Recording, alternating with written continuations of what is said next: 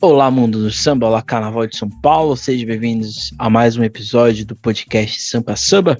Meu nome é Emerson Porto Ferreira e daremos sequência ao nosso quadro Que o Enredo Conta. Quadro este que tem como grande objetivo falar dos enredos das escolas de samba aqui de São Paulo. Nesse primeiro momento, as escolas da Liga.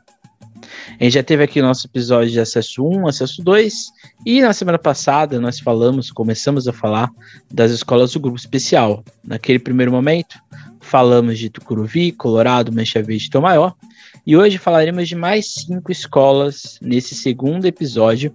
Lembrando que semana que vem, na quarta-feira, não na sexta, nosso podcast é sempre sexta, mas semana que vem, excepcionalmente, será um pouco mais cedo, será ali na quarta-feira, para você já ir para o feriado feliz com os nossos episódios, ok?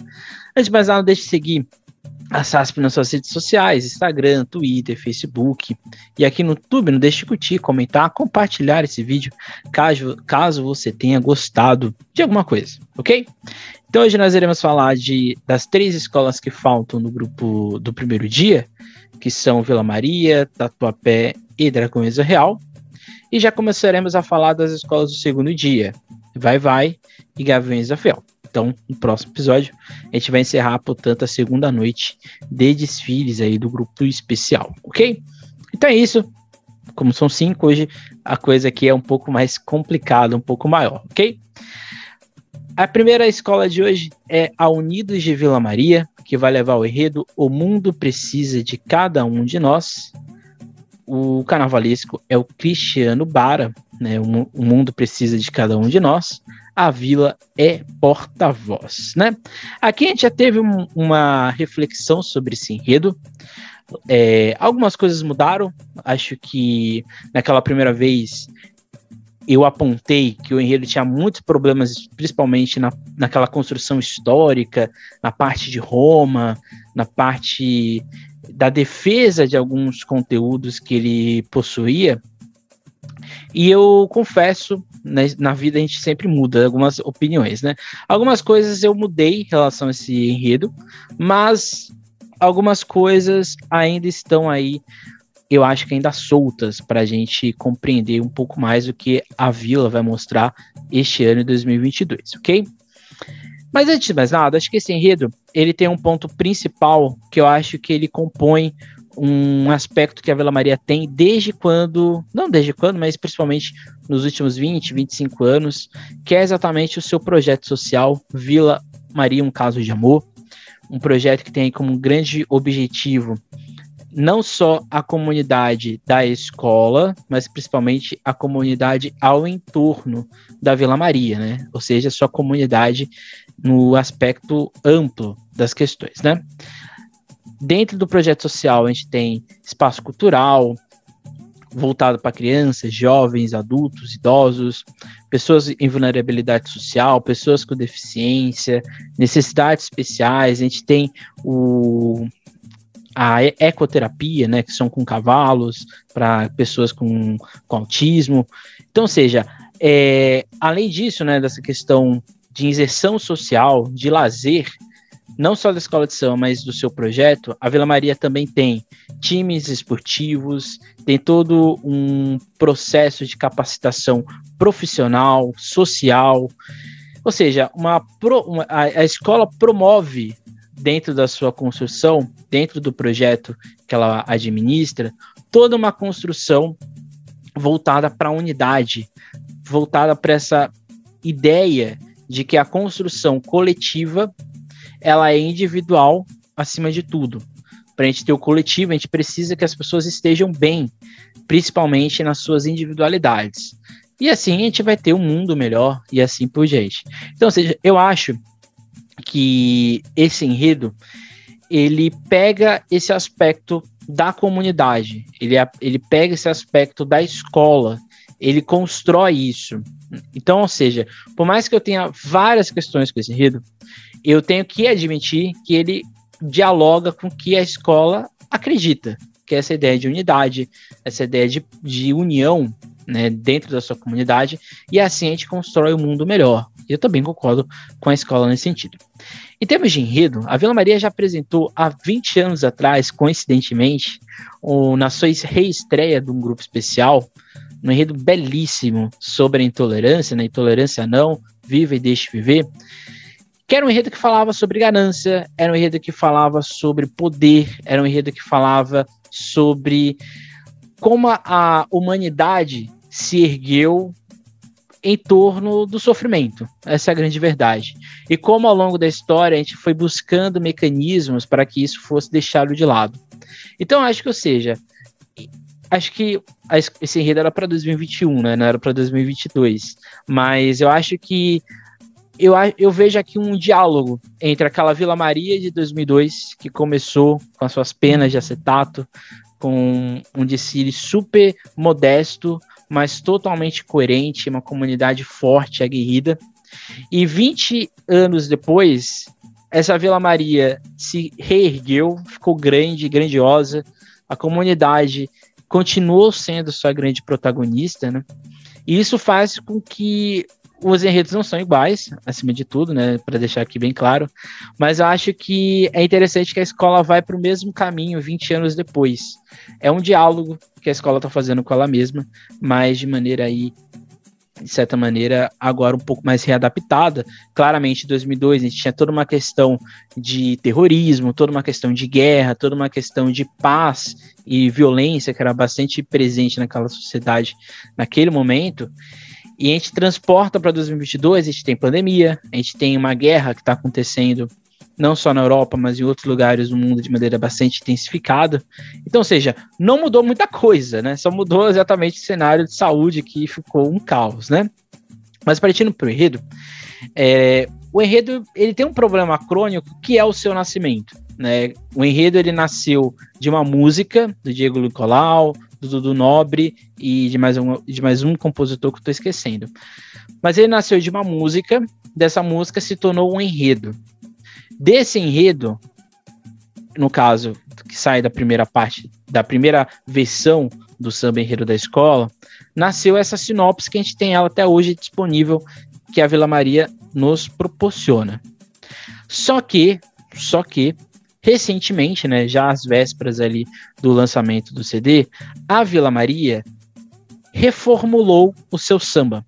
Então, provavelmente, com os compositores do samba original, a gente refez boa parte, a gente reconstruiu, né? A Vila Maria literalmente reconstruiu o seu samba enredo. E assim, foi a melhor decisão da escola. Eu acho que foi um acerto a escola acreditar no que o Cristiano Bara escreveu, né? O Cristiano, ele criou uma história em cima daquele samba. Essa história não tinha nada a ver com samba. E agora, então, a escola acredita, acima de tudo, na sinopse, no seu carnavalesco, no seu processo criativo, e assim o samba foi readaptado à sinopse. Então, hoje, né, lá naquele vídeo passado, a gente tinha falado que o samba não tinha nada a ver com a sinopse, né, eram coisas divergentes. Hoje, não.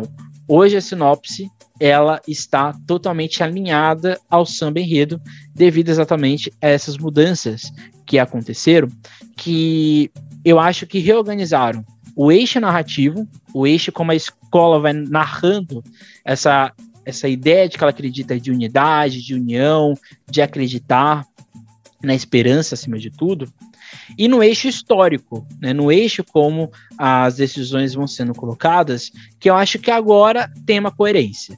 Eu acho que se a Vila Maria entregasse o samba e o enredo lá atrás, há uns 5, 7 meses atrás, ou seja, para o carnaval de 2021, a escola iria perder muitos pontos, ou em samba enredo ou em enredo. Com as mudanças que a escola fez, eu acho que dentro do frio do regulamento, o enredo e o samba estão agora totalmente alinhados com o que está sendo proposto. Então, acho que é um acerto. Parabéns, eu fico feliz que a escola tenha reconhecido que aconteceu, tinha ali uma questão a ser mudada, e que era mais fácil, então, mudar o samba, adaptar ele para o seu enredo, do que mudar totalmente o enredo, ok? Então a escola, ela parte de um ponto muito, muito importante, né? Isso aqui não mudou, né? Que é exatamente a autocrítica ou autoanálise. A escola propõe isso para o público, né? Ela propõe, vamos refletir sobre a nossa consciência, sobre como nós estamos habitando esse planeta neste tempo presente, ou seja, ali entre 20, 21 e 22. O que a gente aprendeu? Será que a gente promoveu união? Será que a gente, na verdade, não promoveu a união, é que só gerou mais caos ainda no nosso tempo presente? Ou seja, a escola parte desse tempo pandêmico, nessa reflexão de pensar o que ocorreu e nessas consequências que estão acontecendo. Então a escola pede uma grande comunhão, né, que são os anjos de candura vão descer para a felicidade ressurgir, que são as baianas, né, como a sinopse diz, né, nossas baianas virão de branco e dourado para celebrar essa reflexão, para nos voltar para nós mesmos, para aí sim a gente tentar construir um novo coletivo, que é a logo da escola, né, essa logo que tem 3 raças, embora eu ache que isso é muito início do século XX, mas ok. A gente tem ali uma criança africana, uma criança indígena, uma criança branca, né, ou poderia ser de vários lugares, e elas estão ali abraçadas nesse mundo, né, neste globo. E todo ao redor dela tem várias alusões, né, a São Lázaro, a Obaluaê, a gente tem ali atrás o Coliseu de Roma, então, ou seja, ali a gente tem um breve resumo do que a escola vai falar. Então, ou seja, a escola propõe essa reflexão inicial para aí sim a gente embarcar no que a escola propõe. A escola divide esse enredo em 3 pontos que eu acho que são bastante interessantes, que são tem alguns problemas ainda, eu acho. Um deles exatamente é tentar entender isso a partir do Império Romano, que é a parte histórica desse enredo. A outra é entender isso na questão da fé, da religiosidade. E, por fim, pensar o Brasil e a ideia de natureza, a ideia do Brasil como celeiro do mundo. A parte do Império Romano, eu ainda acho que é bastante problemática. Acho que a escola poderia pegar nessa parte histórica, ver como essa ideia de poder e ganância aconteceu ao longo da história, e aqui a gente vai ter vários exemplos: Império Romano, Grécia, Mesopotâmia, a gente vai ter Egito, a gente vai ter Idade Média, a gente vai ter absolutismo, a gente vai ter colonialismo, a gente vai ter muitas. O que não falta é exemplo para a gente tentar refletir sobre a ganância e sobre as trevas, né? A escola escreve que a inserção dentro do Império Romano aqui se justifica que, a partir da queda do Império Romano, surge a necessidade de procurar por novos rumos, novos prumos. A luz é o milagre de um novo caminho que leva até as almas, mentes e corações, de um despertar de novos sentimentos que acalenta a todos após um período de tanta dor.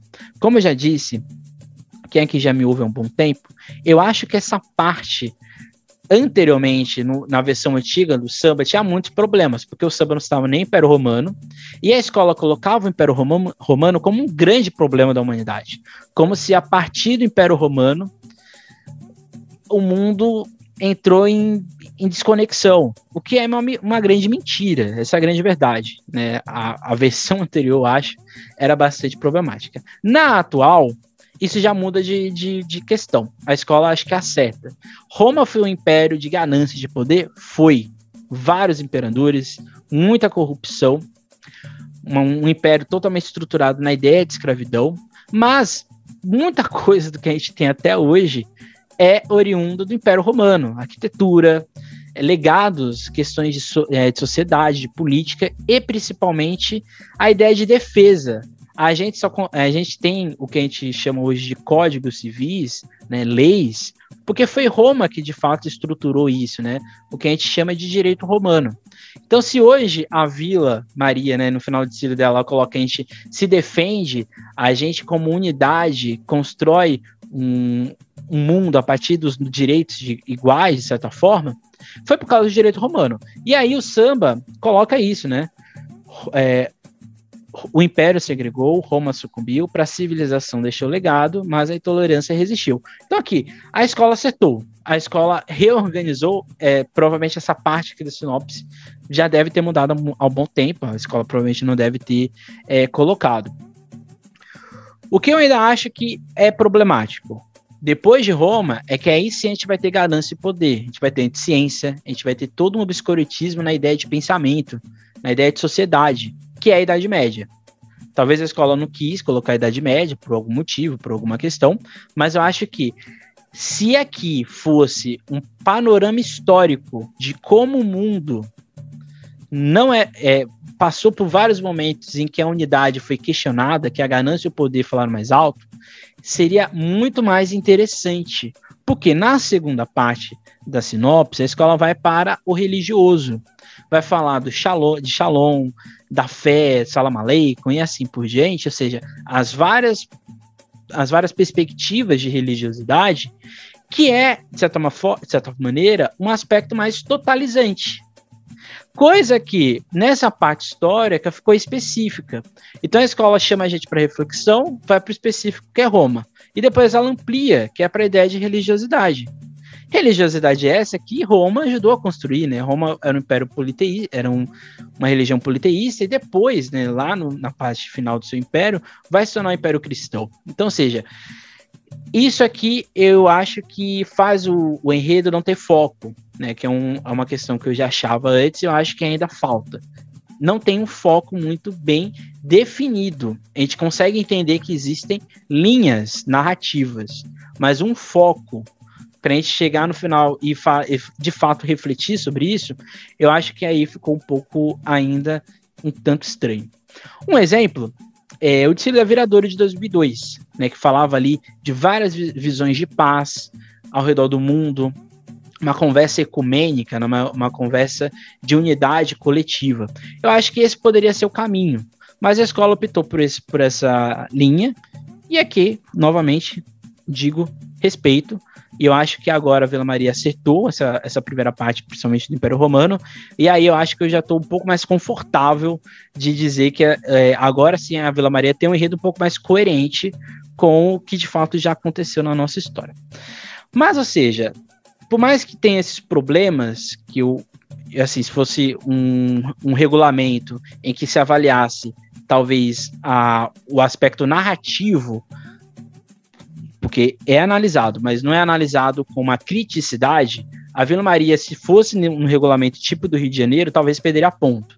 Mas dentro do regulamento de São Paulo, em que isto não é um ponto a ser questionado, eu acho que o enredo da Vila Maria agora está perfeito para, quem sabe, tirar um 10 ou, na pior das hipóteses, 9.9. Então, acho que assim, a escola tem esse primeiro momento, que é um pouco mais de reflexão autocrítica, que acho que está mais perto ali do psicológico, mais da mentalidade, né, da gente se olhar para nós mesmos. A gente vai ter esse outro aspecto, que é o histórico, que é o Império Romano, que a escola usa como exemplo, e depois a gente vai ter o religioso e o simbólico, que é o sagrado. Aí, depois, a gente vem disso tudo, a gente vem para o tempo presente, em que a escola vai trazer aspectos exatamente de ganância, de poder que existem hoje, mas principalmente já voltando para uma crítica já existente. Essa crítica não está nem no samba e nem nessa primeira sinopse da escola, essa crítica não está muito direcionada, é uma crítica um pouco mais ampla. Por exemplo, com o desgoverno dos poderosos, que mais uma vez vivia uma fraqueza, trazendo com ela um mundo doente e descrente, fazendo com que a quimera, o monstro da ganância, cresça absurdamente, engolindo as crianças, os negros, brancos, patrões, pobres e desempregados. O que aqui a gente faz é chegar ao Brasil. Aqui, quando a escola está fazendo esse panorama crítico, ela já está pensando no Brasil. E aí a escola vai falar das diversas construções em sociedade que a gente vai tentar unir, né, criar essa ideia de unidade que a escola está defendendo, né? E aí, a gente chega no caso, a ideia da fé, que é a Nossa Senhora Aparecida, e no caso do amor e das suas faces e nas suas crenças. Aqui, aí eu já acho que a escola novamente ampliou demais, né? Porque a escola já falou de fé, e aqui ela volta para falar de fé, nessa ideia de Nossa Senhora Aparecida e do amor, que de certa maneira é uma associação que a gente faz com Nossa Senhora Aparecida, não é à toa que ela é sincretizada com Oxum, que é a deusa do amor. Então, ou seja, eu acho que faltou isso, faltou essa organização final. E aí a escola lá no fim vai falar uma reflexão de ecossistema, de natureza, nasce das mãos do Criador o Brasil, o celeiro do mundo, e mostra que podemos ser o exemplo como uma legião de boa vontade. O sambista exprime com sua voz que todos somos irmãos e é hora de darmos as mãos juntos em toda a nação. Lavando a nossa alma, mente e coração, dizendo se o mundo precisa de cada um de nós, a vila porta-voz, e aqui a gente vai ter a natureza, né, e o Brasil como esse celeiro do mundo. Eu ainda acho que é um enredo confuso. Eu não sei se quem estiver na arquibancada vai entender essas mudanças que estão acontecendo ao longo do desfile. Repito, dentro do regulamento, a escola alterou aquela parte do Império Romano, pelo menos eu acho que alterou, porque eu estou vendo aqui o samba enredo, né? E o samba enredo agora está em diálogo com a sinopse. Então, acho que agora a escola acertou, e eu acho que o risco de perder ponto agora já não existe. Mas, novamente eu digo, eu acho que esse enredo precisava de um direcionamento um pouco mais visível. Talvez pegar a ideia da baiana lá no início e trazer ao longo de todo o enredo, porque assim, eu consigo ver dentro da proposta da Vila Maria 4 enredos dentro do mesmo enredo. E os 4 enredos poderiam dar várias sequências. A escola podia falar só do religioso, a escola podia falar só desse aspecto da natureza, a escola poderia falar só da ideia de ganância e poder com Roma, mas ela já fez em 2002, de certa maneira. Poderia falar só dessa reflexão, mas assim, a escola, eu acho que ela abriu demais, e vamos ver como isso vai ser na Avenida. Fica aí, portanto, o modo como a escola vai fazer a execução. Mas eu acho que as mudanças que o samba enredo indica que aconteceram já promovem um enredo um pouco melhor do que ele estava anteriormente. Então fica aí a boa sorte para a Vila Maria e o que vai acontecer no desfile da escola. Em seguida a gente vai ter a Tatuapé. A Tatuapé vai com o enredo Preto Velho, conta a saga do café num canto de fé, do carnavalesco Wagner Santos. A escola, né, a Tatuapé, ela tem dentro do coletivo do carnaval, ela tem vários rótulos que ela ganhou no tempo recente, né? Hoje ela ser técnica demais, hoje ela ficar muito presa ao regulamento, ou que ela recicla demais a alegoria. É uma escola que se tornou visada, né? De fato, a Tatuapé é uma escola técnica. Não é técnica no sentido frio do termo, mas ela conseguiu ver o que ela precisa para desfilar. Então, é uma escola que se adapta às várias realidades existentes. Isso só acontece porque o regulamento diz que tem que ser de um jeito, e a escola vai seguir o regulamento. Então, de certa maneira, ela fica fria nesse regulamento. E, de certa maneira, a escola faz reciclagem. Eu acho que todas as escolas de samba do Brasil deveriam fazer reciclagem, porque a gente sabe que o carnaval é uma festa poluente. Muitos desses materiais, para serem recicláveis, é difícil. Então a escola faz o bem para a humanidade, né? Ela faz o bem para o meio ambiente. Então acho que a reciclagem da Tatuapé não deveria ser zombação, ela deveria ser, acima de tudo, uma exaltação para que todas as outras escolas fizessem a mesma coisa. Mas quando a gente olha, e aqui eu acho que é o ponto principal, por mais que você ache que a Tatuapé é uma escola técnica, fria, que ela só usa regulamento, que ela recicla demais, ninguém pode questionar que a Tatuapé criou nesses últimos 10 anos, desde quando ela estava lá na UESP, né, nos grupos, se não me engano, no 4º grupo, a Tatuapé construiu uma linha de enredos totalmente voltada para o cultural e nessa coesão dentro de uma proposta popular. Por mais que, acho que com exceção do desfile do ouro, e mesmo assim ele tinha essa questão do apreço popular, mas ele é uma exceção, quase todos esses enredos da Tatuapé estão falando numa linha cultural. Eles estão dialogando com o povo, com o popular. Algo que antigamente Camisa, Vai Vai faziam, pegavam temas do aspecto do povo, do aspecto de entendimento, e o componente entendia o que estava sendo passado. Então, quando a escola traz a história do café na ótica de um preto velho, ela está aproximando a ideia de cultura e essa ideia de popular. Exemplos, né? O Maranhão foi assim, Desi Bradão, Bete Carvalho, São Jorge, entre outros vários, né? Que a escola usa essa dialética, né? No modo de narrar os seus desfiles, né? Seja visual, seja musical, seja também na dança. O que criou, e assim, é meio contraditório, essa identidade tatuapeana, que é um conceito que eu estou colocando aqui, tá? Estou sendo aqui ousado. É uma identidade que só a Tatuapé tem. Eu acho que isso é fantástico, né? Uma escola que não é jovem, Tatuapé é uma escola antiga, mas que, de certa forma, conseguiu o seu sucesso, o seu ápice no carnaval de maneira recente. Então, de certa maneira, é jovem, né, nesse aspecto. Mas isso só ocorre porque a escola acreditou que isso era possível. Então, assim, a escola consegue ter um aspecto de organização desses seus enredos que são bastante coerentes, mesmo com a mudança dos carnavalescos, né? A gente teve aí o Xuxa, o Campelo e agora o Wagner. Então, ou seja, por mais que a escola tenha mudado de carnavalesco, não é o carnavalesco que imprime a sua identidade a Tatuapé. É a Tatuapé que coloca a identidade da sua comunidade dentro dos seus carnavalescos. E isso, só uma escola que está confiante consegue fazer isso, né? Então fica aí os parabéns para a escola. Aqui já direto ao enredo, eu acho que esse enredo faz uma reparação histórica, no sentido de, quando a gente pensa história econômica do Brasil, aqui eu já trazendo meu lado professor, eu acho que é muito interessante quando a gente pensa os ciclos econômicos do Brasil, não na ótica de quem promove ele no protagonismo, vamos dizer assim, do barão do café, do feitor, do senhor do engenho, de que tem ali os poderes das zonas auríferas, ou de quem tem os grandes poderes dos conglomerados econômicos do Brasil. A escola, ela vai para o outro caminho.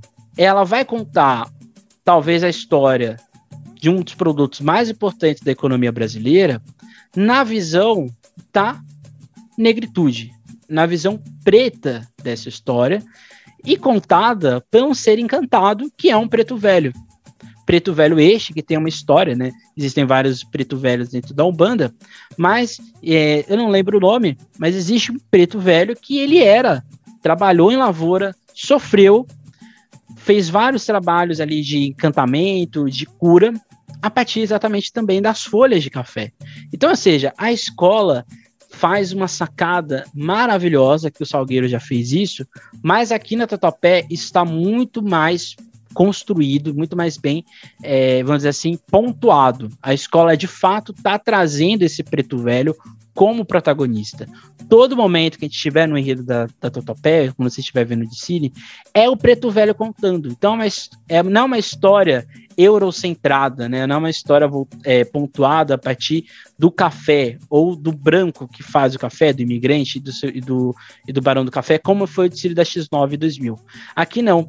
É o preto velho que é o centro da história e ele vai narrando tudo o que acontece ao redor dele. Então, acho que isso é uma questão muito, muito interessante.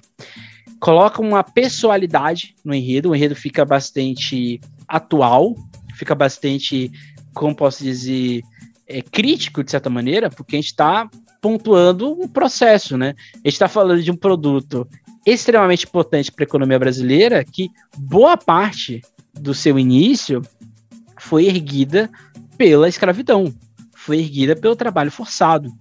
Então a escola, indiretamente, está colocando isso aqui para nós em questionamento, e além de colocar uma identidade, né? Esse café que a escola está falando não é somente um produto, é um produto cheio de simbolismos, de significados, ele tem afeto, ele tem poder de mudança, ele tem encanto, né? Ele tem essa cura, ele tem essa ideia de retorno, de energia, né, de poder. Eu vou ficar aqui falando vários adjetivos sobre o café que a escola está colocando aqui. Esse Preto Velho também, ele tem um aspecto que eu acho que é bastante interessante, que ele está falando da sua memória e dessa construção edificada.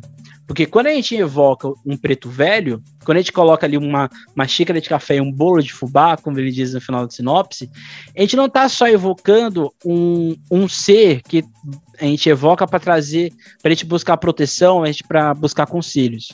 A gente está evocando a memória dessa pessoa, a gente está evocando uma entidade que tem ali uma construção histórica que que aconteceu, né? Ele morreu, mas aconteceu, mas ela continuou em profundo deslocamento na história. Então a gente está falando de uma pessoa que tem memória sedimentada, né? Que está ali construída nessa afetividade do passado, dessa saga sofrida de luta, e do presente, né? Quando a gente evoca a memória dele nos terreiros. Então, não sei se deu para perceber, que tem aqui um certo simbolismo, né? Como eu disse, não é só contar a origem do café, mas é um começo para nós compreendermos a força destrutiva e construtiva que esse produto gerou.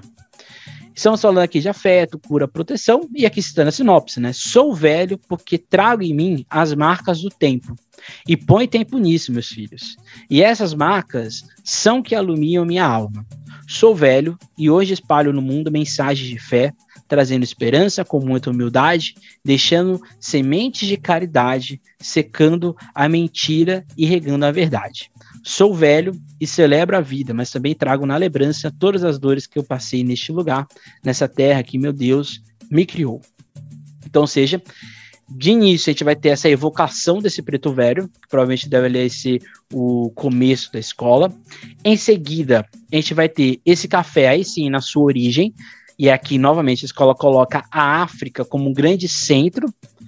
Então, ou seja, a gente começa com o ser encantado aqui já no Brasil, a gente vai para a origem do café lá na Etiópia, e aí a gente vai ter toda a construção. Aí o café vai passar por vários lugares, como Arábia, Egito, Turquia, Holanda, Inglaterra, até chegar na França, onde ele vai ter grande poder, né, grande execução com Luís XVI. Luís XVI, Luís XIV, na verdade. Não, Luís XVI. Que aí sim o café ele vai ter esse poder, né? Ele vai se criar cafeterias, o café vai ser um produto de luxo. Mas boa parte do café que vai para a Europa, ele vem da escravidão. Ele vem de zonas em que o trabalho, a mão de obra, é da exploração. Então, enquanto está o nobre, né, o europeu curtindo o café, aqui na América tinha gente, na África tinha gente morrendo para erguer, para que isso acontecesse. Então, ou seja, a escola vai sempre pontuando essa loucura que é o ciclo produtivo do café. E aí a escola, quando volta para o Brasil, a escola volta com o Preto Velho. Aí a gente vai ter o Preto Velho contando a sua história. E aí a gente vai ter claramente a chegada do café no Brasil, com palheta, os barões de café, o café de exportação, mas a gente vai ter exatamente o negro. E aí a gente vai ter o Preto Velho, que vai contar a sua saga e outras questões mais. E aí, eu acho que é muito interessante, né? Porque aqui, já citando a sinopse, eu vou citar a sinopse, vai ser um pouco grande, mas é muito bem escrita pelo Wagner. Ah, meus filhos, mas aí é que o caldo entornou, né? Quando o café chegou e o trabalho escravo começou a ficar mais intensificado. Os barões cada vez mais ricos e a escravidão dos pretos cada vez mais se enraizou. Valei, meu pai, nasci e morri na fazenda no interior de Minas Gerais. Lá o café era ouro que meu patrão transformava em anel. Às custas do trabalho do meu povo, um trabalho muito cruel. Em troca de tanto esforço, nada recebia, apenas vestia os trapos do corpo e só pão embolorado comia. E assim, vi muito suor e sangue dos meus irmãos no cafezal, mãos calejadas na enxada e sujas de terra que sempre exigia mais de nossos corpos suados e de nossos corpos cansados. Ou seja, aqui, memória afetiva desse Preto Velho encantado. Ele está contando a sua história. Aí, completando, dentro dessa lógica da centralidade econômica do café, mas como o café gerou profundas marcas, principalmente na nossa população do interior de São Paulo, e o samba rural veio boa parte desses negros escravizados, né? Não negros escravizados, mas negros que ex-negros escravizados do interior de São Paulo, principalmente lavouras de café. E aí, continuando, com o passar do tempo das ervas, eu fazia remédio. e de mironga em mironga curava as feridas das chibatadas que meus irmãos levavam dos homens, sem coração. Até os filhos das sinhazinhas eu fazia curador quando eles não tinham mais feito nas mãos do doutor.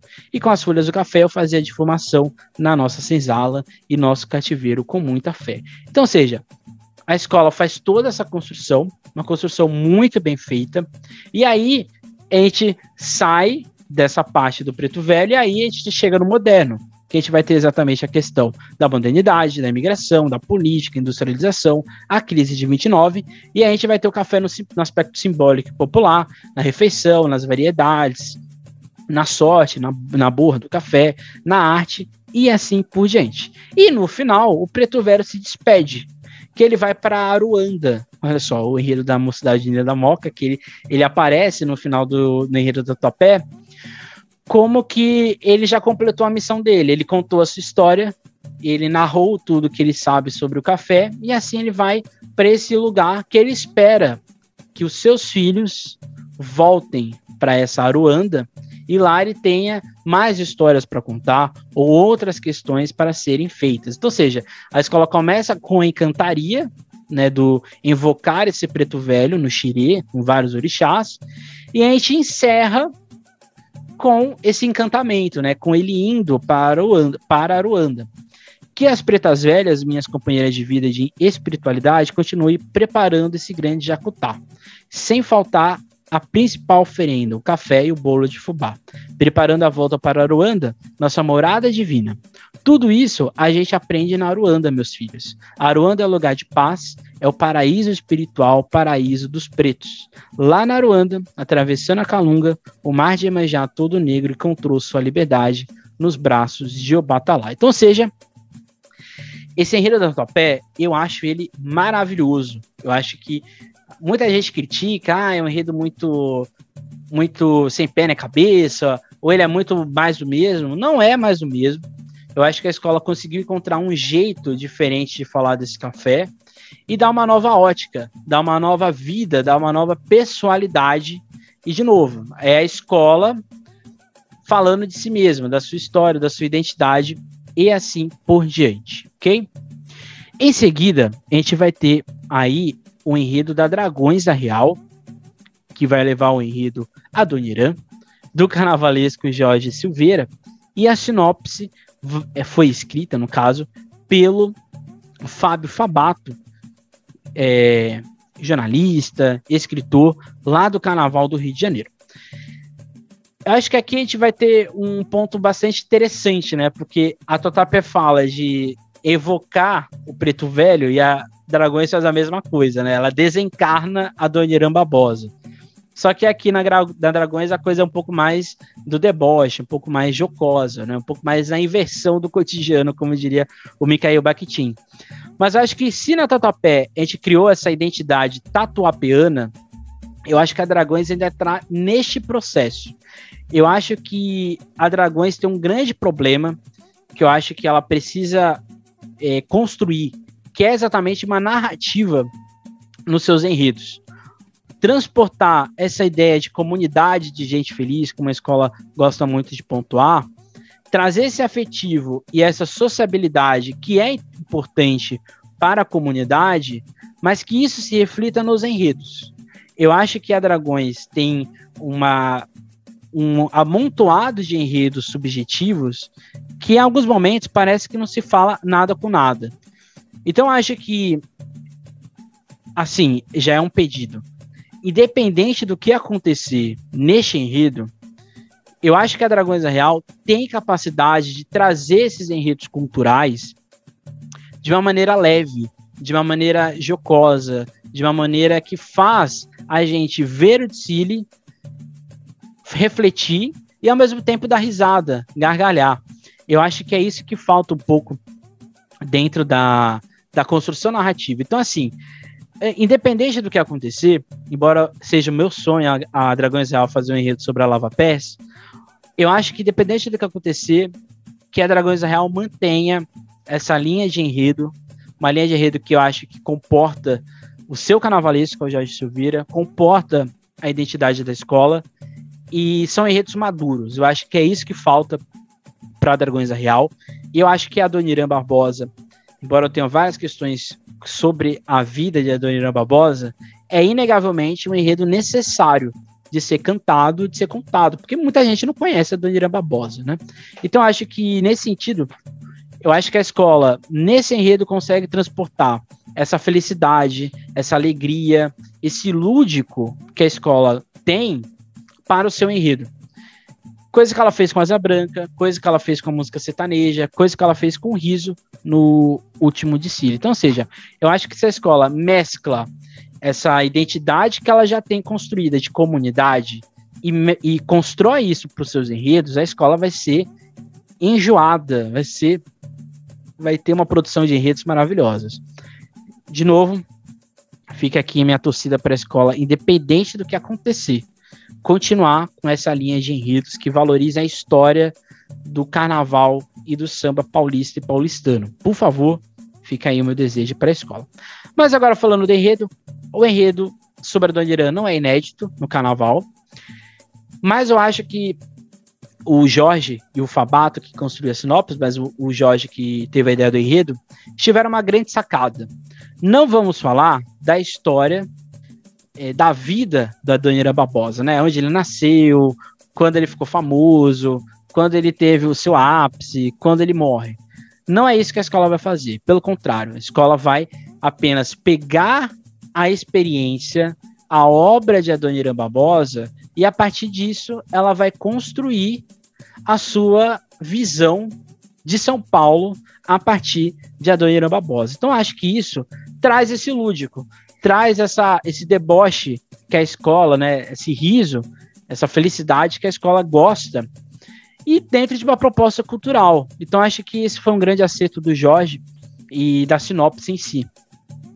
Então, ou seja, a escola tem, dentro dessa sinopse, uma grande temporalidade dentro dessa construção, e o Adoniran, ele se torna o eixo da história. Olha só como é interessante. Por mais que não seja a vida de Adoniran Barbosa, essa visão de São Paulo de Adoniran Barbosa é o eixo do desfile. Então, assim, a todo momento, você está falando de Adoniran Barbosa, você está falando da sua identidade, você está falando da sua construção narrativa, como cantor e compositor e como principalmente um artista brasileiro e paulistano. Então, uma coisa que eu acho que também é uma sacada muito grande do Jorge, e eu acho que deve ser o começo da escola, é esse tom meio zumbi, meio bruxélico, né? De desencanar a Adoniran Barbosa. É como se ele viesse dos mortos, né? E viesse contar a sua história aqui num dia em São Paulo. Então, no romper da madrugada, desencana a Adoniran Barbosa na passarela aqui em São Paulo, e aí ele vai contar a sua história, né? Aí ele diz lá na sinopse, né? Volto neste enredo como alma penada, para outra vez balançar cadeiras na porta de casa, animar serestas, enfiar a colher de pau no caldeirão agridoce da Pauliceia, eis os cacos ajuntados do tempo por João Rubinato. Sua graça na certidão, porta-estandarte, mosaico caleidoscópico dos causos de um século todo e de gente como a gente. Ou seja, a escola sai daquela visão que seria maçante de contar a história da Adoniran Barbosa e vai nessa singularidade que é contar o que a Adoniran Barbosa viu na sua vida dentro dessa cidade que ele tanto amou, né, que ele tanto compôs, que é a cidade de São Paulo. Então, acho que existe uma construção estética muito interessante nesse início. Eu, pelo menos, espero que seja esse tom meio The Walking Dead do samba, né? Uma coisa bastante, assim, meio... não sei se vai ser igual, mas semelhante a que foi a homenagem a Fernando Pamplona, né? Que foi toda aquela construção, né? Meio bruxélica, né? Meio aterrorizante, né? Mas é uma aterrorizante bonito, né? Uma aterrorizante interessante. Então a gente sai dessa lógica e eu acho que o enredo vai se dividir, pelo menos é o que eu interpreto vendo não só o samba, mas o que foi apresentado na sinopse, em 3 momentos. Primeiro, essa interpretação de memória do trabalho, da mudança da cidade de São Paulo. No segundo momento, essa cidade como pulsação, essa cidade como nessa sua proximidade do amor, do sentimento, né? O que pulsa nessa cidade. E por fim a gente vai ter o carnaval, o samba, o carnaval e assim por diante. Pelo menos é o que eu acho que vai ser. Não estou falando que vai ser assim, não, tá, gente? Eu acho que pelo que está sendo construído, esteticamente, a gente vai ter esse desencarnado Adoniran, a gente vai ter Adoniran contando como São Paulo mudou, depois a gente vai ter essa cidade no seu aspecto sentimental, emotivo, e no final a gente vai ter o samba, ok? Então, nesse momento, a gente vai ter essas memórias do Adoniran Barbosa, dessa cidade que cresce e esmaga o seu munícipe. Então a gente vai ter aqui a metrópole que mais cresce, pôs concreto nos afetos, restou a maloca no peito, saudosa e querida, din-din donde nós passemos dias felizes de nossa vida. Então, ou seja, não só aqui, né? A escola quando diz lá no seu samba, botei torresmo no verso, na contramão do amor. Aqui é uma música da Adoniran Barbosa, né? Mamita do Trabalhador. Fiz a miséria poema. Se a lembra disso, doutor, que aqui também é outra menção, outra música. As amizades deu samba e numa cena cruel, saudosa maloca virou arranha-céu. E aqui ele vai narrando, né? Essa aqui é essa parte de memória. Outro grande acerto. Nada melhor do que o principal compositor das ruas de São Paulo, do trabalhador de São Paulo, nada melhor do que a Adoniran Barbosa para contar as transformações urbanas da cidade de São Paulo. Como essa cidade cresceu e esmagou as pessoas que moram nela. Como a Adoniran foi tão importante que ele foi um cronista dessas pessoas, né? Desses trabalhadores, principalmente, ok? Aí depois a gente vai para esse social, ele sai do social memorialístico, né, da cidade, e a gente vai para a parte afetiva, da alegria, da tristeza e principalmente dos causos de amor. E aqui é uma frase minha, né, dessa cidade que trabalha acordando e tem espaço para sonhar e amar também, né? E aqui citando a sinopse: difícil não se derreter com os frechados no olhar. O peito parece tábua de tiro ao Álvaro, todo esburacado, nem tem mais onde furar.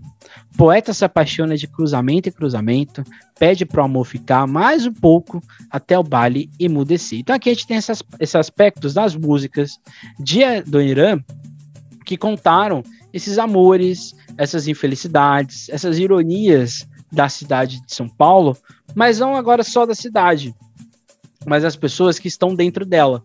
Então, se lá no início a gente tem o trabalhador nas suas diversas vertentes, agora a gente tem esse trabalhador, só que na sua versão mais light, na sua versão mais amorosa da situação. E aí, no fim, ele vai pegar um trem às 11 horas da noite, provavelmente, né, porque acho que já é o horário, e aí ele vai para a Vila Esperança, que aqui talvez algumas pessoas não tenham entendido do jeito correto. Essa Vila Esperança é o encontro em que a Adoniran Barbosa vai saudar, vai reverenciar os principais nomes do samba e do carnaval paulista. É de conhecimento de todos que a Adoniran Barbosa não era do carnaval, né, aqui de São Paulo. Ele não frequentava nenhuma escola.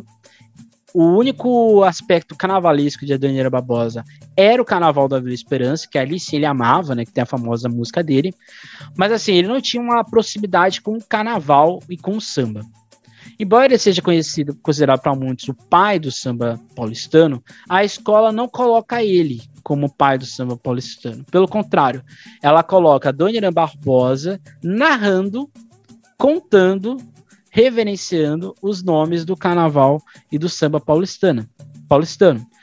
Que aí, citando a sinopse: contos sabidos que quando o ébrio ainda engatinhava, Pirapora do Bom Jesus, então a escola vai lá para o berço do samba rural paulista, se esparramou São Paulo adentro com samba de bumbo e tiracolo. Sim, cordões caipiras, forjados em cruz, curimba e raízes rurais foram berço da fusarca no estado. Já crescido, Adoniran viu-se um pouco em geral do filme, balançando o terreiro com a mão da zabumba.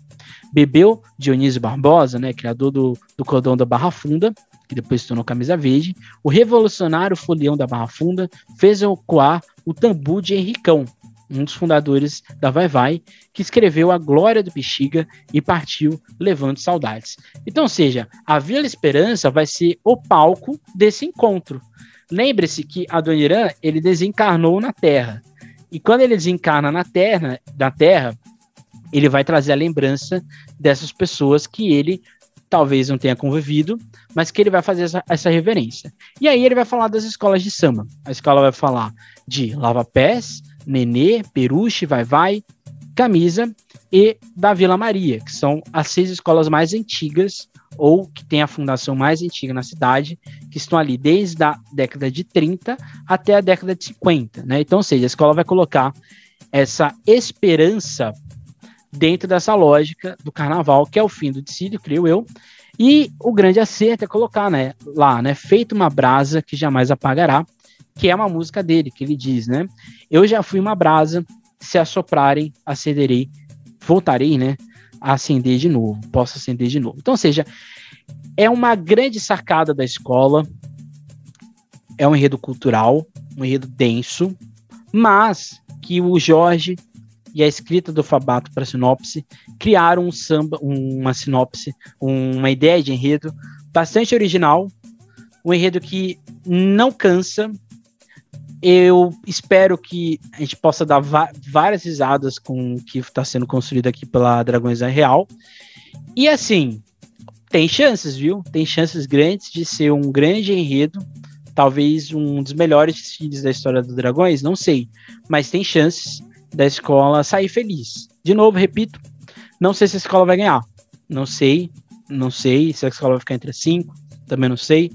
Mas fica o meu desejo, que eu acho que esse enredo combina com a escola, esse propósito do lúdico, do cultural, dentro desse aspecto da identidade da escola, né? Dessa sociabilidade, da felicidade, da comunidade, que é uma coisa que a Dragões da Real prega muito bem.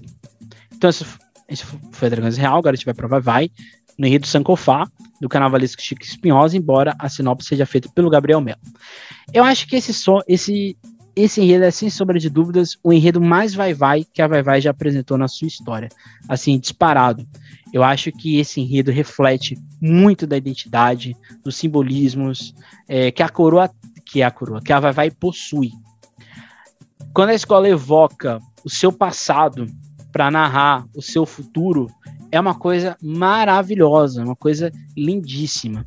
Então, antes de mais nada, a escola, quando volta para esses simbolismos, para sua coroa, né, que é o seu símbolo, para o seu bairro, para o seu asfalto, mas principalmente para esse povo, para essa comunidade preta, na sua grande maioria, que ergueu a Vai, que deu 15 títulos para essa escola, eu acho que é um grande acerto de trazer um tema que é muito simples, Sankofa, Adinkras, Império Achante, mas ter lá no final toda essa reverência ao passado da Vai. Uma escola de 92 anos tem muita coisa para contar, né? Então acho que esse aspecto da memória e do afetivo, de olhar esse passado, mas não só de olhar o passado, de pegar a memória que ele construiu, para a gente refletir hoje, é muito bonito.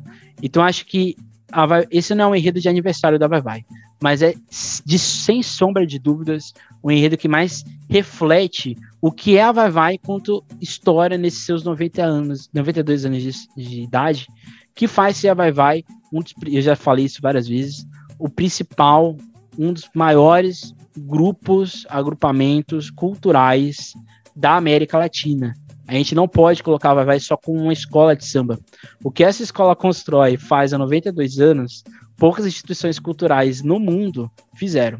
Então acho que a escola, quando olha para esse seu passado, para esse Sankofá, né, que olha para trás e resgate, é um grande acerto, uma questão muito, muito simbólica, inclusive. Outra coisa que eu acho que é genial é a escola falar do continente africano, mas não de Yorubás ou de Bantus, mas sim dos Achantes. Pontuar que a África tem toda uma singularidade de narrativa. A África não pode ser resumida no carnaval, a gente já fez aqui alguns episódios, a orixá, a sofrimento, a questões de escravidão, de herança. Não, isso é importante, mas a gente tem tanta história para contar no continente africano, e a Vai acerta ao trazer uma história achante, um mito dos Adinkras, lá de Anansi e assim por diante, e transportar isso com vários simbolismos. Outro acerto é que Sankofá ele se tornou um símbolo do movimento negro brasileiro, né, principalmente o movimento negro um pouco mais recente, que é essa ideia do pertencimento, né, essa ideia da memória, de buscar nas raízes pretas, seja em África ou construídas aqui no Brasil, para a gente construir esse novo letramento de resistência do povo preto brasileiro.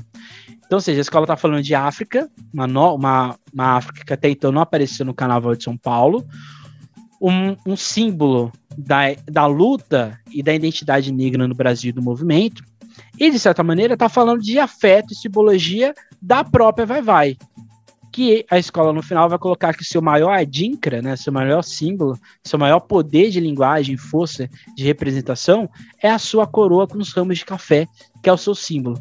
Então, assim, se isso não é um bom enredo, eu não sei o que é bom enredo. Eu vou entregar meus títulos que eu tenho no mundo acadêmico e eu vou abandonar essa vida.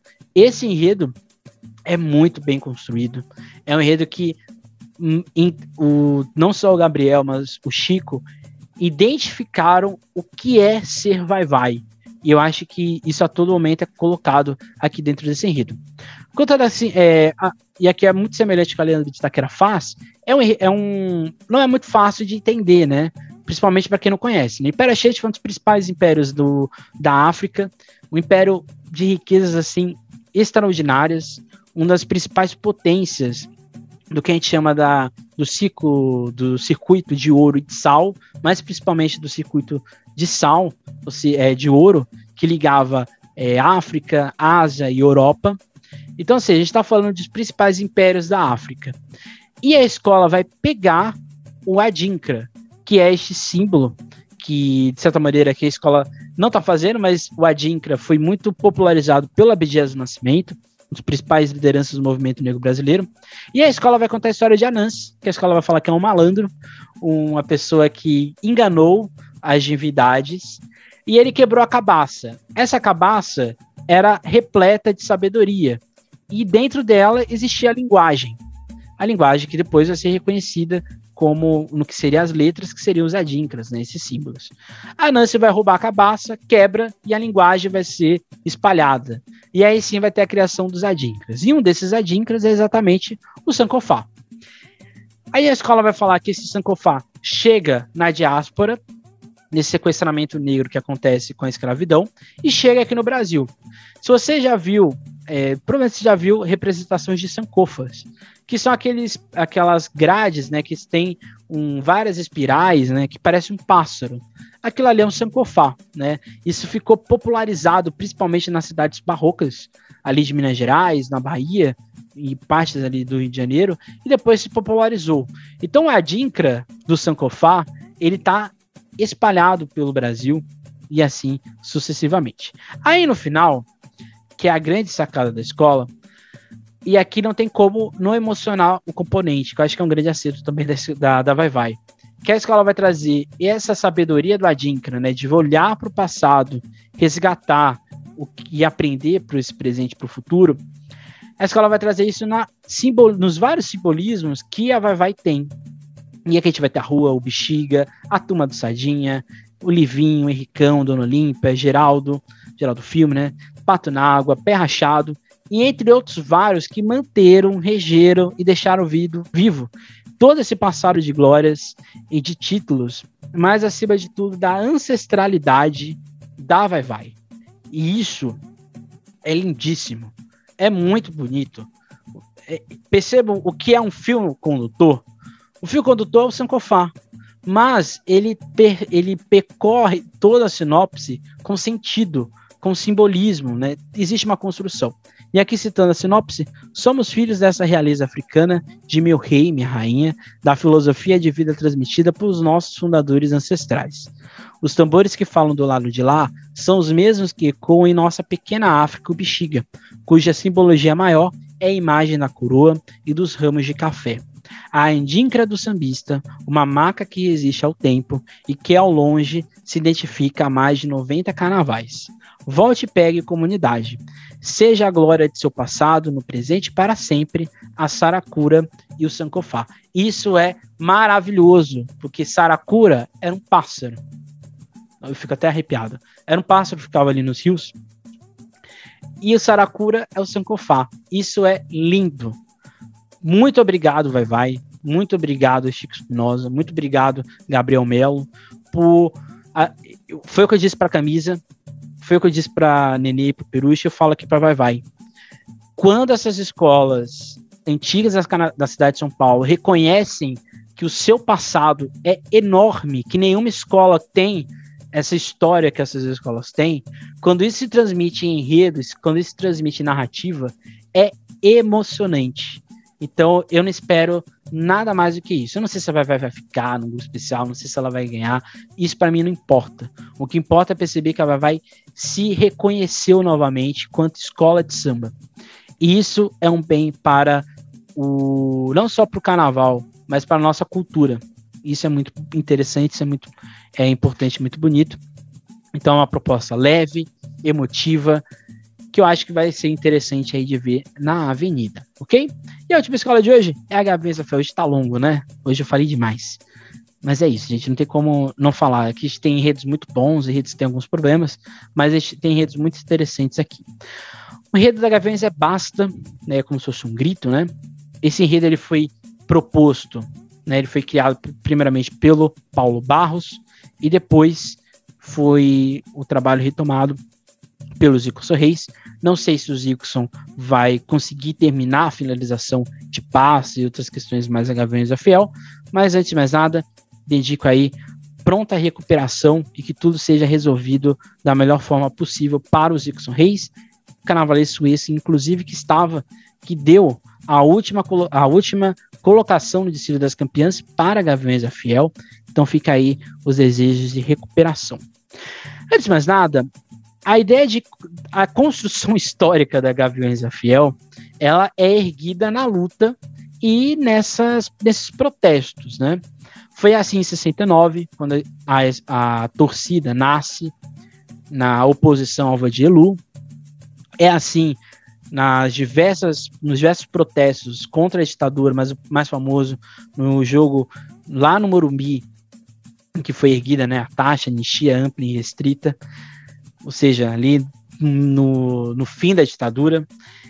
Várias outras manifestações que vão acontecer nas arquibancadas, por várias questões da gestão municipal ou do bairro, e também no período recente, né, toda essa questão da máfia da merenda e na oposição ao atual governo do atual presidente do Brasil. Então, ou seja, e várias questões de genocídio e outras coisas mais que a escola coloca. Então, ou seja, ao longo dessa construção de mais de 50 anos de história, a Gaviões da Fiel se ergueu por causa, se ela existe, é porque ela reivindica, né? Como o próprio nome diz, né? A Gaviões nasceu para poder reivindicar. Então, acho que esse aspecto é interessante a escola resgatar. Embora eu acho que ela não resgate por completo, que acho que aqui tem algumas falhas em alguns momentos. A gente também tem aqui uma análise do enredo da Gaviões, que as pessoas adoram ouvir, não sei porquê, né? Gaviões é uma escola que chama muita gente, né?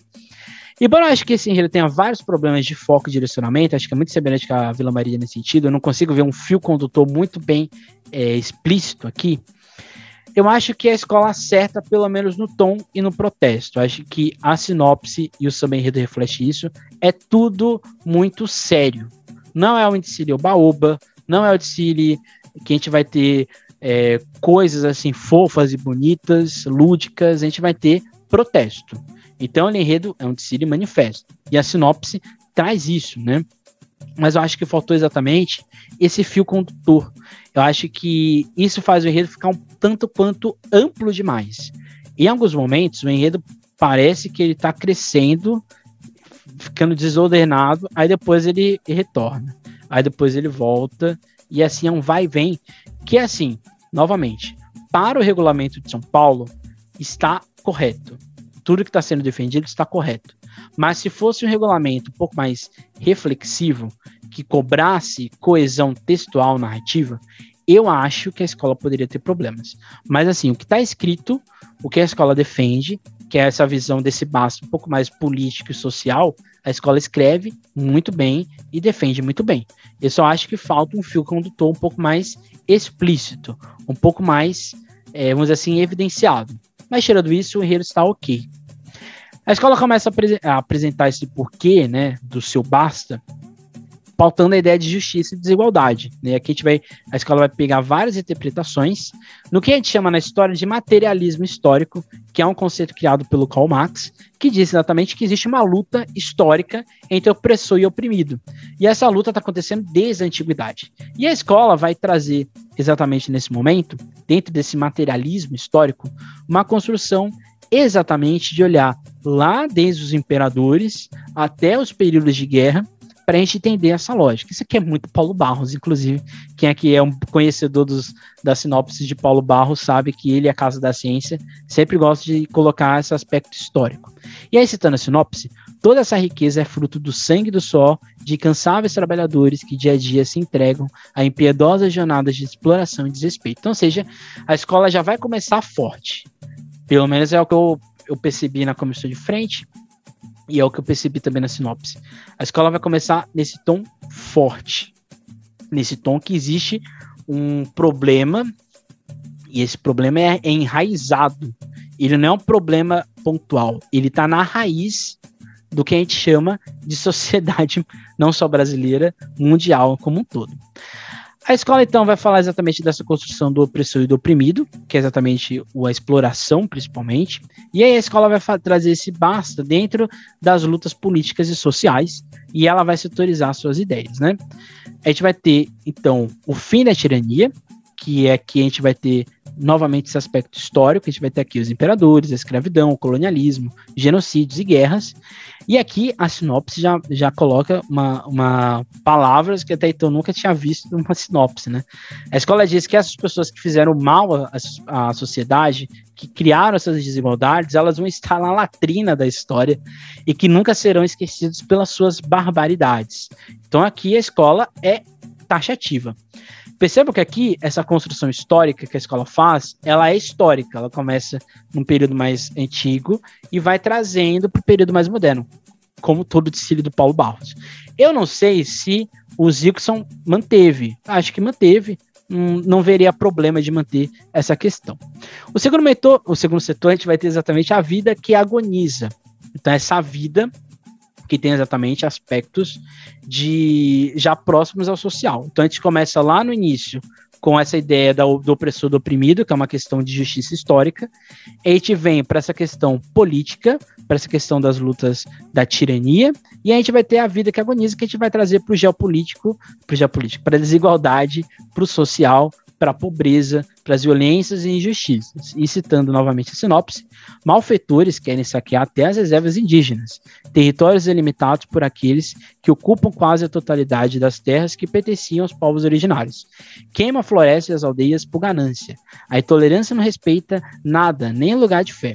A estupidez só deixa rastros de destruição e tristeza, o preconceito mata, fecha fronteiras e separa famílias. Então, ou seja, aqui a gente vai ter toda a questão que eu acho que, pelo menos que ficou muito, muito latente, que é o identitarismo, que é a escola que traz para o indígena e para o negro, para a luta do povo indígena e para a luta do povo preto, que até o samba diz, né? Sou eu, a voz, a favela, e assim por diante, fala do Cacique Raoni, fala do Mandela, e assim por diante. Acho que nesse momento a gente vai ter tolerância religiosa, desmatamento, o genocídio do povo indígena, o genocídio do povo negro, e assim sucessivamente.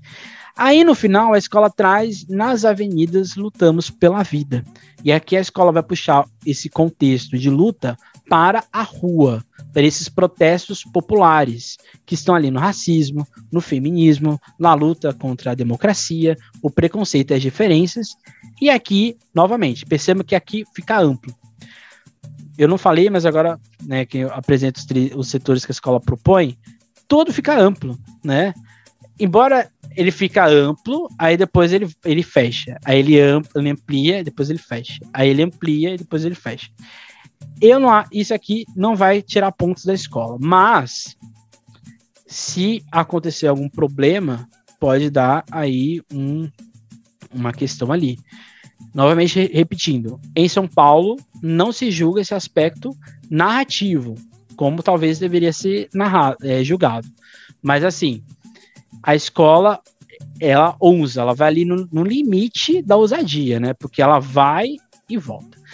Eu sinto falta, e eu ainda sinto falta, eu acho que talvez a escola tenha colocado, não sei, pelo menos não atualizou na sua sinopse, eu sinto falta na menção ao movimento LGBT. Isso aqui eu vou falar, se acontecer, vou ficar muito feliz de estar vendo na avenida, mas se não acontecer, vou ter que pontuar novamente. O Brasil é um dos países que mais mata pessoas LGBTs do mundo. É um dos países que mais mata pessoas trans. Então, se não tivesse basta, vai ficar essa lacuna. Talvez esteja aqui na ideia de preconceitos diferentes. Mas qual é o meu medo? É a escola aglutinar tudo isso numa única aula. Aí vai perder toda a força narrativa. E aí a escola vai trazer que ela mesma já ocupa a rua, né? Ela mesma vai contra essa tirania do asfalto, né? Que ela fala que é o fascismo do asfalto. Aqui é a polícia, né? Que ela tá falando. E aí acho que a escola coloca, e aqui já para encerrar o nosso episódio de hoje, que essa mudança, ela não vai acontecer pela força. Ela não vai acontecer pela agressão, ela vai acontecer pelo voto, pela democracia e pela luta nas ruas. É ocupando as ruas que a gente vai ter esse basta ouvido. Citando a sinopse, contra a brutalidade e o preconceito, caminhamos juntos, lutando pelo respeito às diferenças. Que o futuro seja de educação para todos. Por tudo isso, os Gaviões ocupam as avenidas pela democracia. Foi preciso muita luta, revoltas e revoluções para que tudo isso, a Gaviões ocupou as avenidas pela democracia. Foi preciso muita luta, revoltas e revoluções para se conquistar a liberdade, a democracia e os sonhos outras vezes. E, completando, o canto dos Gaviões é um aviso aos que alimentam o desrespeito, o racismo e a opressão. E aos que não entenderam que todo poder emana do povo, para que possamos construir uma sociedade livre, justa e solidária, diremos, saia do caminho, e a escola vai falar no final, basta. Eu ainda acho que a escola deveria ter feito um enredo sobre a história do movimento negro. Muitas das passagens que a Gaviões faz e as mais fortes, são exatamente falando de racismo, e principalmente do movimento negro. Eu acho que se a escola fizesse um enredo sobre o movimento negro, seria um desfile histórico da Gaviões da Fiel. Mas a escola optou, e aqui é um questionamento que eu faço, né? Esse basta, ele vai ser abrangente a todos? Fica aí a questão. Só na avenida a gente vai saber isso. Só vendo ali a questão visual por completo do quesito enredo, a gente vai entender. Mas assim, no que a gente está lendo, quando a gente pega a sinopse da Gaviões, fica a sensação que esse basta, ele está muito amplo, mas é um amplo que talvez não agrupa todo mundo dentro dessa lógica. Então, eu não sei como a escola vai chegar na avenida, não tenho informações sobre isso, mas o que está escrito, novamente, para o quesito enredo, a escola vai ter uma boa nota, mas fica aí essa questão de como isso vai acontecer na avenida, ok? Semana que vem a gente vai falar de mais 5 escolas e a gente encerra o nosso... Semana que vem não, daqui a alguns dias. A gente vai falar das outras escolas da segunda noite, né? Mocidade, Águia de Ouro, Barroca Zona Sul, Rosa de Ouro e, por fim, o Império de Casa Verde. Hoje foram 5 escolas, episódio longo, mas a gente precisava dessa densidade. Não deixe de seguir a SASP nas suas redes sociais, Instagram, Twitter, Facebook e outras coisas mais. E não deixe de curtir e comentar esse vídeo. E até quarta-feira que vem, quando a gente vai ter a terceira e última parte do Que Enredo Conta aqui do especial. É isso, gente. Até mais, até a próxima. Nunca esqueçam e nunca deixem de sambar.